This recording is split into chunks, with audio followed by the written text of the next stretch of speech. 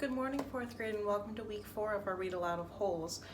This week we are starting part 2 of the book, and part 2 of the book is kind of where we get more into the meat of the plot. It's going to get really interesting really fast, and a lot of things are going to happen fast. Before we read today, I wanted to introduce you to 2 vocab words that we're going to hear that we might not be familiar with. So the first one is humid.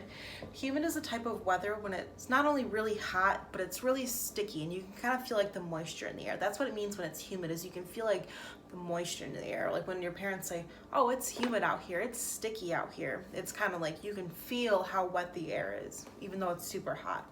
And then we have delirious. Delirious is when basically when you've gone crazy, but it's in a way that's like you have no idea what you're talking about anymore. Like when you're delirious, sometimes you could say that you were delirious if you say, like when you wake up in the morning. When I wake up in the morning, sometimes delirious because I have no idea what I'm talking about yet because I'm just so tired. Or if you were out in the hot desert for days at a time and you had no water, you would become delirious because your brain wouldn't have what it needed to function properly. So that's just like another word for like crazy. So let's get started. Chapter 29. There was a change in the weather, for the worse. The air became unbelievably humid. Stanley was drenched in sweat. Beads of moisture ran down the handle of the shovel.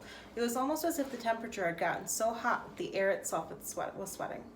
A loud boom of thunder echoed through the empty lake.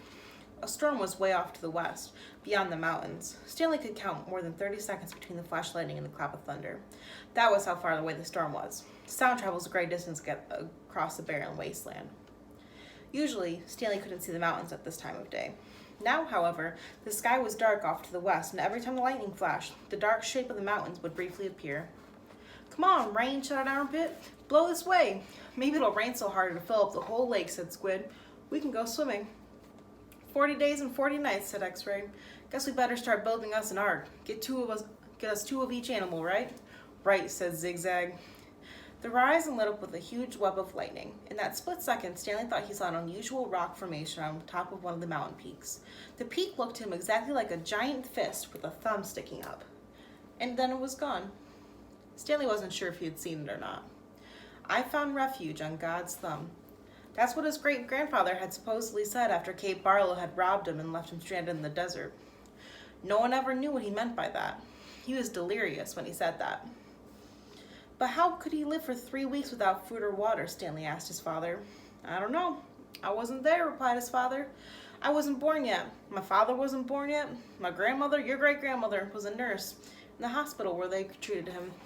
He'd always talked about how she'd dab his forehead with a cool wet cloth. He said that's why he fell in love with her. He thought she was an angel. A real angel? His father didn't know. What about after he got better? Did he ever say what he meant by God's thumb or how he survived? No, he just blamed his no-good pig-stealing father. The storm moved off farther west along with any hope of rain, but the image of the fist and the thumb remained in Stanley's head. Although, instead of lightning flashing behind the thumb, in Stanley's mind, the lightning was coming out of the thumb, as if the thumb were God. Chapter 30. The next day was Zigzag's birthday, or so he said. Zigzag lay in his cot as everyone headed outside. I get to sleep in, because it's my birthday. Stanley was behind Madigan in line for breakfast. He didn't know what day of the week it was, let alone the date. It could have been July 8th, but how would Zigzag know? He tried to figure out how long he'd been at Camp Green Lake, and if it was indeed July 8th. I came here on May 24th, he said aloud. So that means I've been here 46 days, said Zero. Stanley was still trying to remember how many days there were in May and June. He looked at Zero. He'd learned not to doubt him when it came to math. 46 days. It felt more like 1,000. He didn't dig a hole that first day, and he hadn't dug one yet today. That means he dug 44 holes, if it really was July 8th. Can I have an extra carton of juice? Zigzag asked Mr. Sir. It's my birthday. To everyone's surprise, Mr. Sir gave it to him. Stanley dug a shovel into the dirt. Hole number 45. The 45th hole is the hardest, he said to himself. But that really wasn't true, and he knew it. He was a lot stronger than when he first arrived. His body had adjusted somewhat to the heat and harsh conditions. Mr. Sir was no longer depriving him of water. After having to get by on less for a week or so, Stanley now felt like he had all the water he could want. Of course, it helped that Zero dug some of his hole from each day, but that wasn't as great as everyone thought it was. He felt awkward while Zero was digging his hole, unsure of what to do with himself.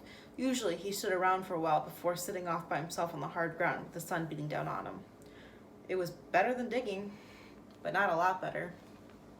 When the sun came up a couple hours later, Stanley looked for the thumb of God. The mountains were little more than dark shadows on the horizon.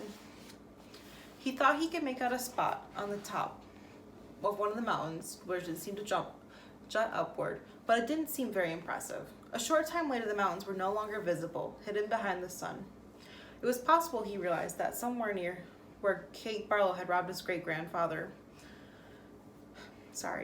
It was possible he realized that he was somewhere near where Kate Barlow had robbed his great-great-grandfather. That's way better. Look at that. If that was really her lipstick tube he'd found, then she must have lived somewhere around here. Zero took his turn before the lunch break. Stanley climbed out of his hole, and Zero climbed down into it. "Hey, caveman," said Zigzag. "You should get a whip. Then if your slave doesn't dig fast enough, you can crack it across his back." "He's not my slave," said Stanley. "We have a deal, that's all." "A good deal for you," said Zigzag. "It was Zero's idea, not mine." "Don't you know, Zig? Caveman's doing Zero a big favor. Zero likes to dig holes." "He sure is a nice guy to let Zero dig his hole for him," said Squid. "Well, what about me?" asked Armpit. "I like to dig holes too. Can I dig for you, Caveman, after Zero's finished?" The other boys laughed. No, I want to," Zigzag said. "It's my birthday." Stanley tried his best to ignore them. Zigzag kept at it. "Come on, Caveman, be a pal. Let me dig your hole." Stanley smiled as if it were all a big joke. When Mr. Pendanski arrived with water and lunch, Zigzag offered Stanley his place in line. "Since you're so much better than me." Stanley remained where he was. "I didn't say I was "You're insulting him, Zig," said X-Ray. "Why should Caveman take your place when he deserves to be at the very front? He's better than all of us, aren't you, Caveman?" "No," said Stanley. "Sure you are," said X-Ray. "Now come to the front of the line where you belong." "That's okay," said Stanley. "No, it's not okay," said X-Ray. "Get up here." Stanley hesitated, then moved up to the front of the line. "Well, this is a first," Mr. Pendanski said. He filled Stanley's canteen and handed him a sack lunch. Stanley was glad to get away. He bit into his sandwich, but contained some kind of meat and cheese that came in a can. Just about everything at Camp Green Lake came in a can. The supply truck came once a month. He glanced up to see Zigzag and Squid walking toward him. "I'll give you my cookie if you let me dig your hole," said Zigzag. Squid laughed. "Here, take my cookie," Zigzag said, holding it out for him. "No thanks," said Stanley. "Come on, take my cookie," said Zigzag, sticking it in his face. "Leave me alone," said Stanley. "Please eat my cookie," said Zigzag, holding it under Stanley's nose. Squid laughed. Stanley pushed it away. Zigzag pushed him back. "Don't push me." "I didn't." Stanley got to his feet. He looked around. Mr. Pendanski was filling Zero's canteen. Zigzag pushed him again. "I said, don't push me." Stanley took a step backward, carefully avoiding Zero's hole. Zigzag kept after him. He shoved Stanley and said, "Quit pushing." "Lay off," said Armpit as he, Magnet, and X-Ray joined them. "Why should he?" snapped X-Ray. "Caveman's bigger. He can take care of himself." "I don't want any trouble," Stanley said. Zigzag pushed him hard. "Eat my cookie," he said. Stanley was glad to see Mr. Pendanski coming towards them along with Zero. "Hi, Mom," said Armpit. "We were just fooling around." "I saw what was going on," said Mr. Pendanski. He turned to Stanley. "Go ahead, Stanley," he said. "Hit him back. You're bigger." Stanley stared at Mr. Pendanski in astonishment. "Teach the bully a lesson," said Mr. Pendanski. Zigzag hit Stanley on the shoulder with his open hand. "Teach me a lesson," he challenged. Stanley made a feeble attempt to punch Zigzag.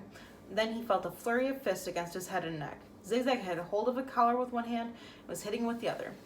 The collar ripped and Stanley fell backward on the dirt. "That's enough," Mr. Pendanski yelled. It wasn't enough for Zigzag. He jumped on top of Stanley. "Stop!" shouted Mr. Pendanski. The side of Stanley's face was pressed flat against the dirt. He tried to protect himself, but Zigzag's fist slammed off his arms and pounded his face into the ground. All he could do was wait for it to be over. Then, suddenly, Zigzag was off him. Stanley managed to look up and he saw Zero had his arm around Zigzag's long neck. Zigzag made a gagging sound as he desperately tried to pry Zero's arm off of him. "You're going to kill him," shouted Mr. Pendanski. Zero kept squeezing. Armpit charged into them, freeing Zigzag from Zero's chokehold. The three boys fell into the ground in different directions. Mr. Pendanski fired his pistol into the air. The other counselors came running from the office, the tents, or out on the lake. They had their guns drawn, but holstered them when they saw the trouble was over. The warden walked over from her cabin. "There was a riot," Mr. Pendanski told her. "Zero almost strangled Ricky." The warden looked at Zigzag, who was still stretching and massaging his neck. Then she turned her attention to Stanley, who was obviously in the worst condition. What happened to you? Nothing. It was a riot. Ziggy was beating up the caveman, said Armpit. Then Zero started choking Zigzag, and I had to pull Zero off of Zigzag. It was all over before Mom fired his gun. They just got a little hot, that's all, said X-Ray. You know how it is. In the sun all day, people get hot, right? But everything's cool now. I see, said the warden. She turned to Zigzag. What's the matter? Didn't you get a puppy for your birthday? Zig's just a little hot, said X-Ray. Out in the sun all day, you know how it is. The blood starts to boil. Is that what happened to Zigzag? Asked the warden. Yeah, said Zigzag. Like X-Ray said. Working so hard in the hot sun while Caveman just sits around doing nothing, my blood boiled. Excuse me, said the warden. Caveman digs his holes just like everyone else. Zigzag shrugged. Sometimes. Excuse me? Zero's been digging part of Caveman's hole every day, said Squid. The warden looked from Squid to Stanley to Zero. I'm teaching him how to read and write, said Stanley. It's sort of a trade. The hole still gets dug, so what does it matter who digs it? Excuse me, said the warden. Isn't it more important for him to learn how to read? Stanley asked. Doesn't that build character more than digging holes? That's his character, said the warden. What about your character? Stanley raised and lowered one shoulder. The warden turned to Zero. Well, Zero, what have you learned so far? Zero said nothing. Have you just been digging Caveman's hole for nothing? The warden asked him. He likes to dig holes, said Mr. Pendanski. Tell me what you learned yesterday, said the warden. Surely you can remember that. Zero said nothing. Mr. Pendanski laughed. He picked up a shovel and said, You might as well try to teach this shovel to read. It's got more brains than Zero. The at sound, said Zero. The at sound, repeated the warden.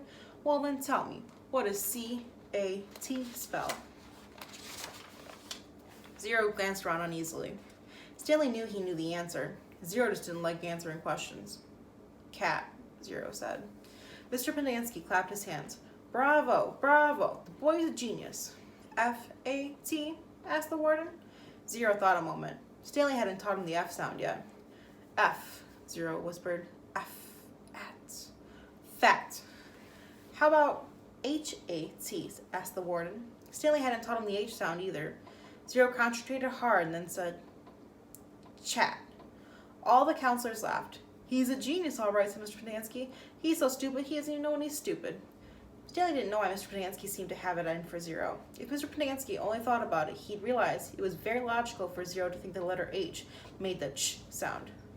Okay, from now on, I don't want anyone digging anyone else's hole, and no more reading lessons. I'm not digging another hole, said Zero. Good, said the warden. He turned to Stanley. You know why you're digging holes? Because it's good for you. Teaches you a lesson. If Zero digs your hole for you, then you're not learning your lesson, are you? I guess not, Stanley mumbled, although he knew he weren't digging just to learn a lesson. She was looking for something that belonged to the Kissing Cave Barlow. Mr. Pendanski handed him a shovel. Here, take it, Zero. It's all you'll ever be good for. Zero took the shovel. Then he swung it like a baseball bat. The metal blade smashed across Mr. Pendanski's face. His knees crumpled beneath him. He was unconscious before he hit the ground. The counselors all drew their guns. Zero held the shovel out in front of him as if he were going to try and bat away the bullets. I hate digging holes, he said. Then he slowly backed away. Don't shoot him, said the warden. He can go anywhere. The last thing we need is an investigation. Zero kept backing up, out past the cluster of holes the boys had been digging, then farther and farther out into the lake. He's going to have to come back for water, the warden said. Stanley noticed Zero's canteen lying on the ground near his hole. A couple of counselors helped Mr. Pendanski to his feet and into the truck. Stanley looked out toward Zero, but he disappeared into the haze. The warden ordered the counselors to take turns guarding the shower room and rec room all day and all night. They were not to let Zero drink any water. When he returned, he was to be brought directly to her.